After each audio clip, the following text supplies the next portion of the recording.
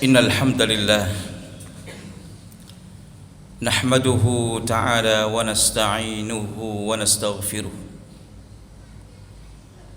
wa na'udzu billahi min shururi anfusina wa min sayyiati a'malina may yahdihillah fala mudilla lahu wa may yudlil fala hadiya lahu. أشهد أن لا إله إلا الله وحده لا شريك له وأشهد أن محمدًا عبده ورسوله. يقول الله عز وجل في القرآن الكريم: يا أيها الذين آمنوا اتقوا الله حق تقاته ولا تموتن إلا وأنتم مسلمون. يا أيها الناس اتقوا ربكم الذي خلقكم من نفس واحدة وخلق منها زوجها وبث منهما رجالا كثيرا ونساء واتقوا الله الذي تساءلون به والأرحام إن الله كان عليكم رقيبا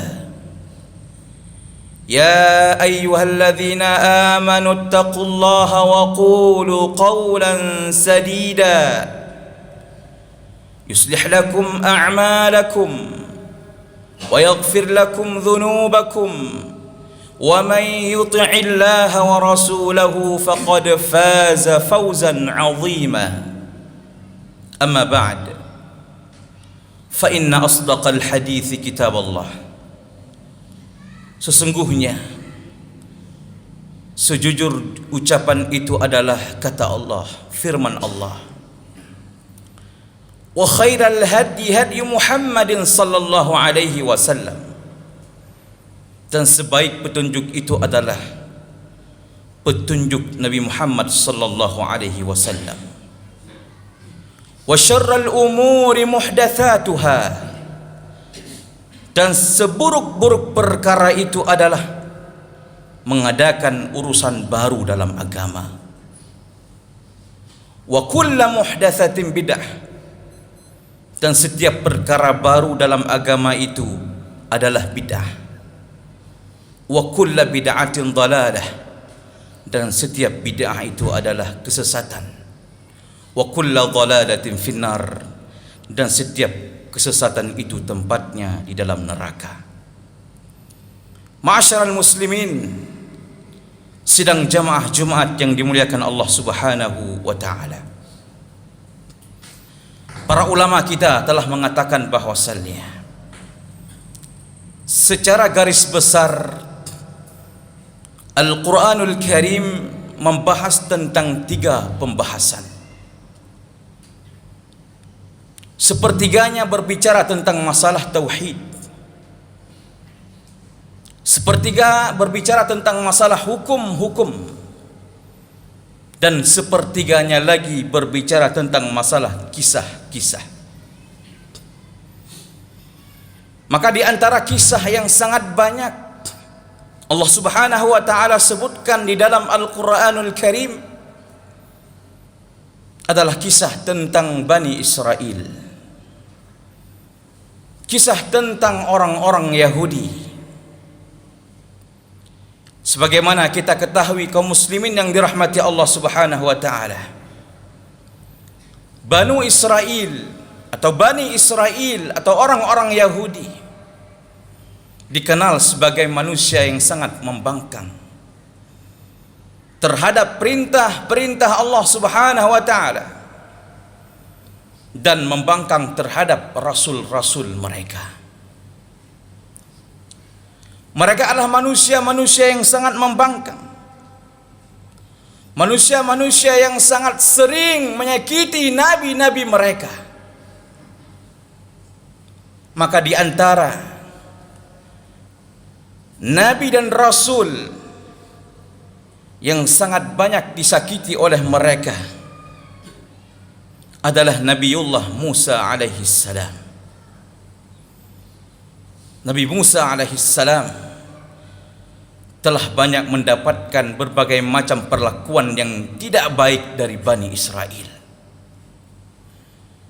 Sehingga Nabi kita Muhammad sallallahu alaihi wasallam ketika beliau mendapatkan perlakuan yang tidak layak dari orang-orang kafir Quraisy dan orang-orang munafik ketika Rasulullah masih hidup, dan Rasulullah sallallahu alaihi wasallam mendakwakan kepada mereka, Rasulullah sallallahu alaihi wasallam senantiasa mengingat kepada Nabiullah Musa alaihi salam. Sampai-sampai Rasul sallallahu alaihi wasallam bersabda, rahimahullahu akhi Musa, laqad udhiya akthara min hadha. Semoga Allah merahmati saudaraku Musa. Sungguh ia telah disakiti oleh Bani Israel lebih daripada ini. Rasulullah menghibur dirinya dengan mengingat Nabi Musa alaihi salam.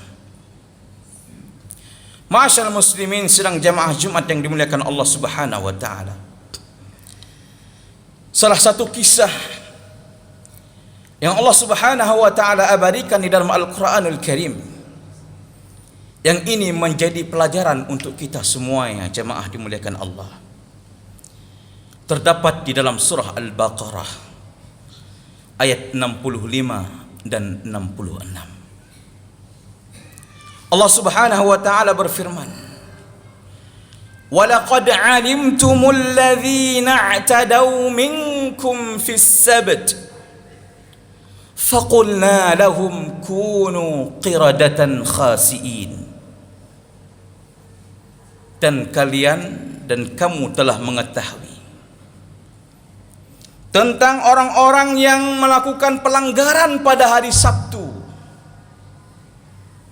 dari golongan mereka, dan kami katakan kepada mereka, kunu qiradatan khasiin, jadilah kalian itu kera-kera, monyet yang hina.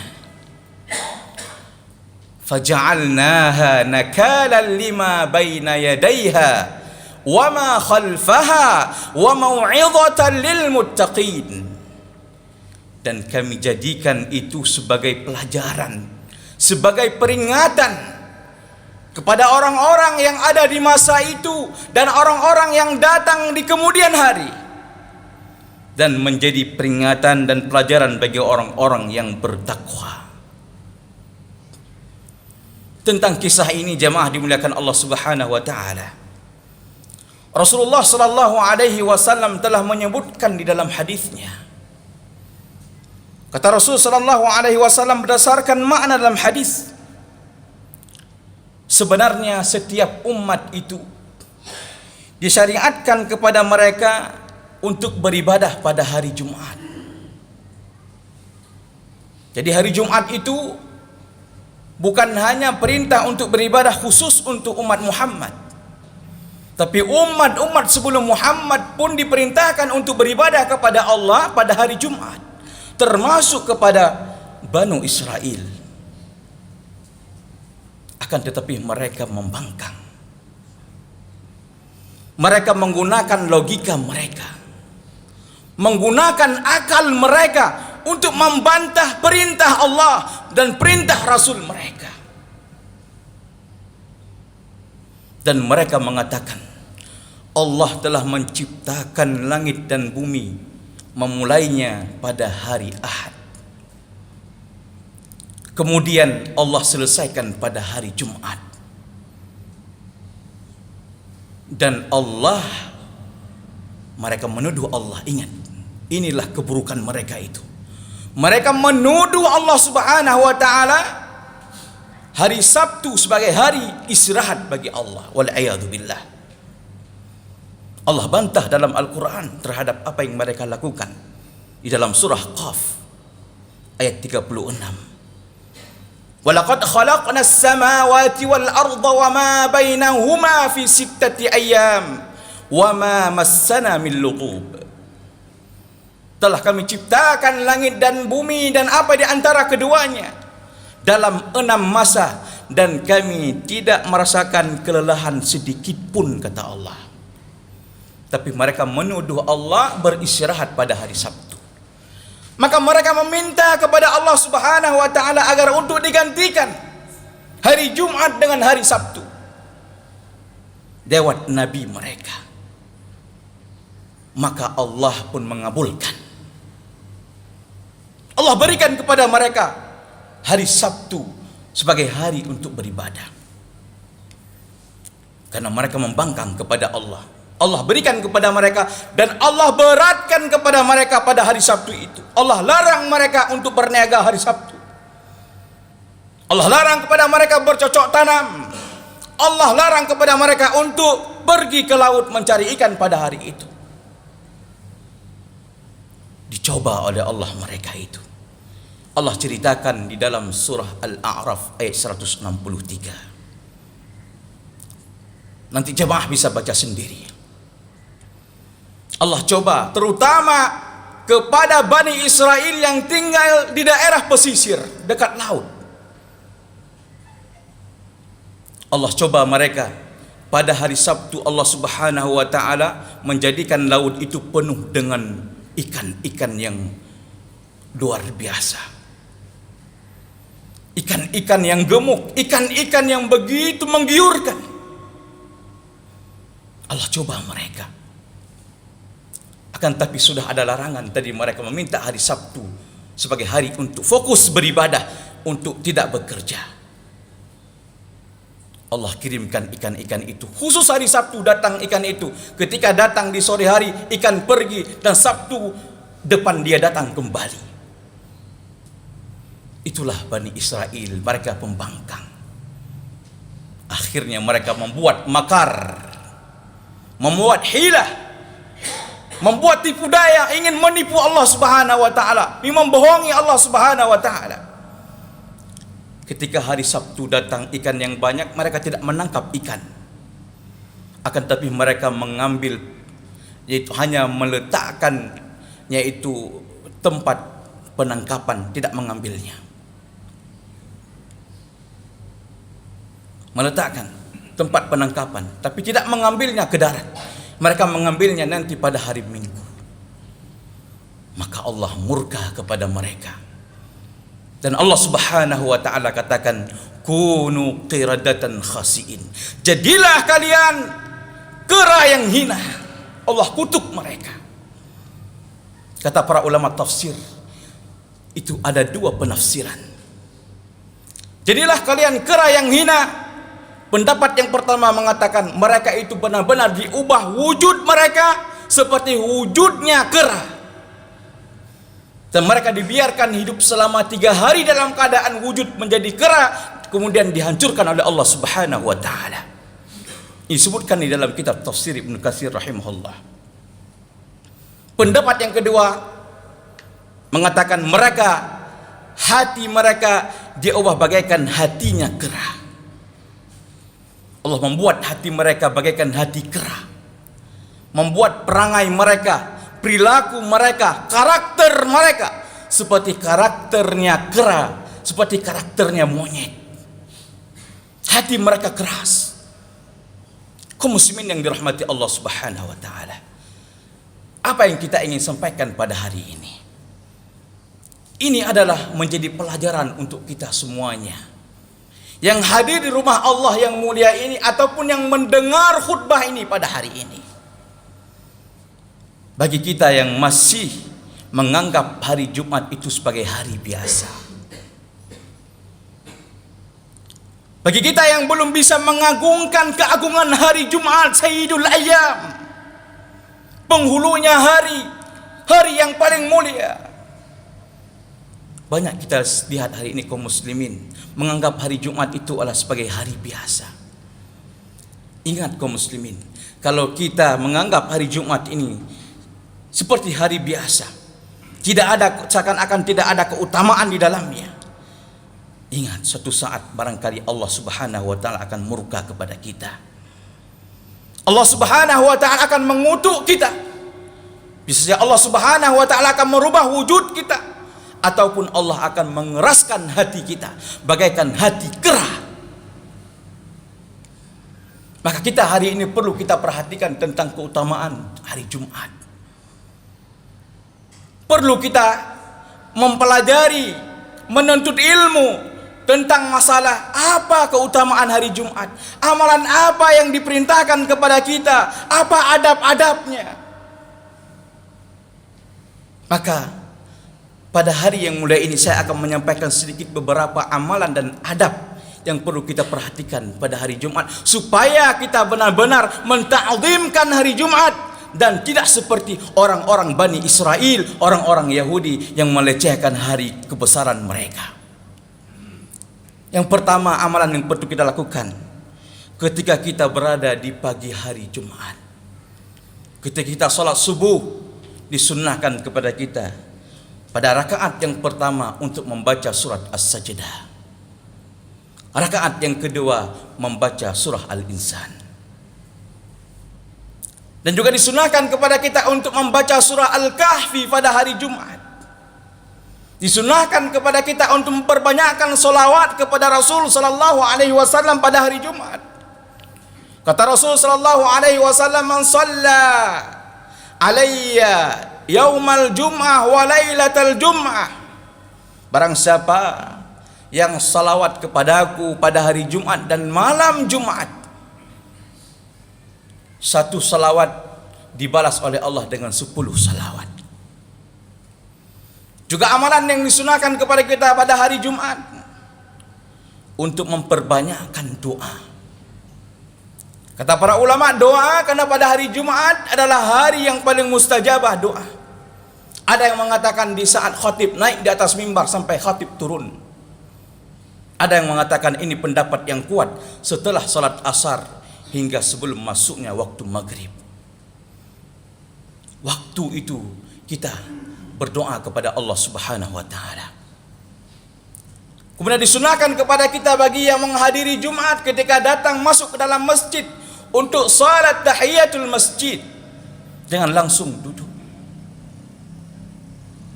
Kemudian setelah kita salat Jumat disunahkan kita untuk melakukan salat sunnah.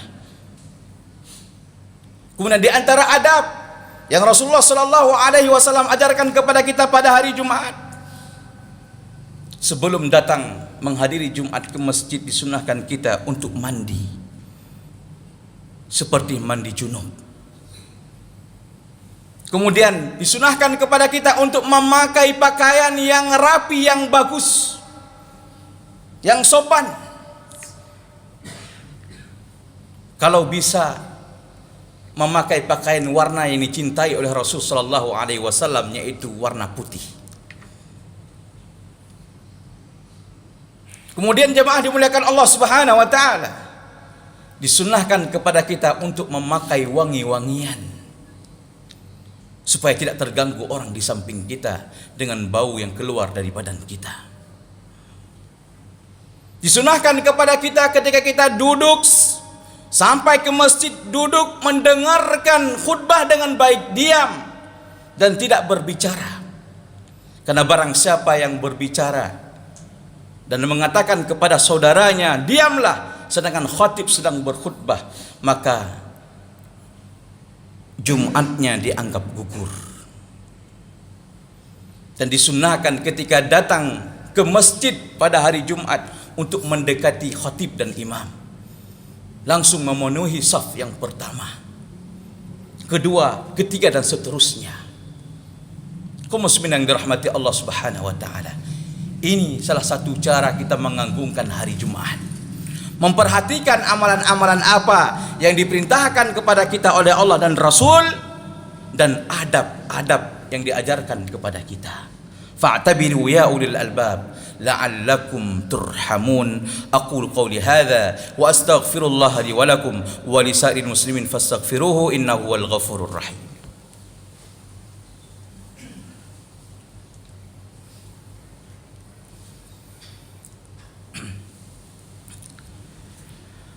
Alhamdulillah wa kafa, wassalatu wassalamu ala ibadihi alladhina istafa. Asyhadu an la ilaha illallah wahdahu la syarika lah, wa asyhadu anna Muhammadan abduhu wa rasuluh. Ya ayuhan nas, usi nafsi wa iyyakum bitaqwallah faqad fazal muttaqun. Ittaqullaha haqqa tuqatih wa la tamutunna illa wa antum muslimun. Kemudian jemaah dimuliakan Allah Subhanahu wa taala, yang perlu kita ketahui, ada beberapa bentuk pelecehan terhadap keutamaan atau kebesaran hari Jumat yang harus kita hindari. Yang pertama adalah meninggalkan salat Jumat, tidak menghadiri salat Jumat. Itu adalah salah satu bentuk pelecehan terhadap keagungan hari Jumat. Maka kalau kita perhatikan hadis Rasul sallallahu alaihi wasallam, Rasulullah sallallahu alaihi wasallam bersabda dalam banyak hadisnya, barang siapa yang meninggalkan Jumat 3 kali tahawunan, karena ia meremehkan Jumat itu, maka Allah Subhanahu wa taala menutup hatinya, mengunci hatinya. Dalam hadis yang lainnya, barang siapa yang meninggalkan Jumat 3 kali min ghairi darurah, tanpa ada keadaan darurat, Allah mengunci hatinya. Kata para ulama, mengunci hatinya, dibuatkan hatinya menjadi hati yang mati, tutup dan tertutup dari hidayah, dan menjadi hati seperti hatinya orang munafik. Dalam hadis yang lainnya, Rasulullah SAW mengatakan, barang siapa yang meninggalkan Jumat 3 kali tanpa udzur, bi ghairi udzrin, fahuwa munafik, dia adalah orang munafik. Dalam hadis yang lainnya, barang siapa yang meninggalkan Jumat 3 kali berturut-turut, kata Rasulullah SAW, faqad nabadzal Islam wara'a dhahri, ia telah melemparkan Islam di belakang punggungnya. Syekh Abdul Aziz bin Baz rahimahullahu ta'ala mengatakan, barang siapa yang meninggalkan salat Jumat, maka ia berada di dalam bahaya besar. Sebagian para ahlul ilmi mengatakan, barang siapa yang meninggalkan salat Jumat secara sengaja, maka ia telah menjadi orang kafir murtad.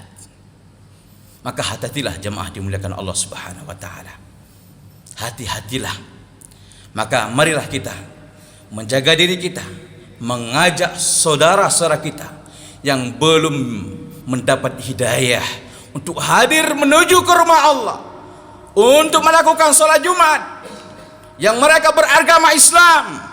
Kita ajak mereka, kita doakan mereka agar diberikan hidayah dan menuju ke rumah Allah untuk melaksanakan salat Jumat, supaya mereka tidak dikutuk oleh Allah Subhanahu wa taala sebagaimana Allah mengutuk Bani Israel menjadi monyet, menjadi kera.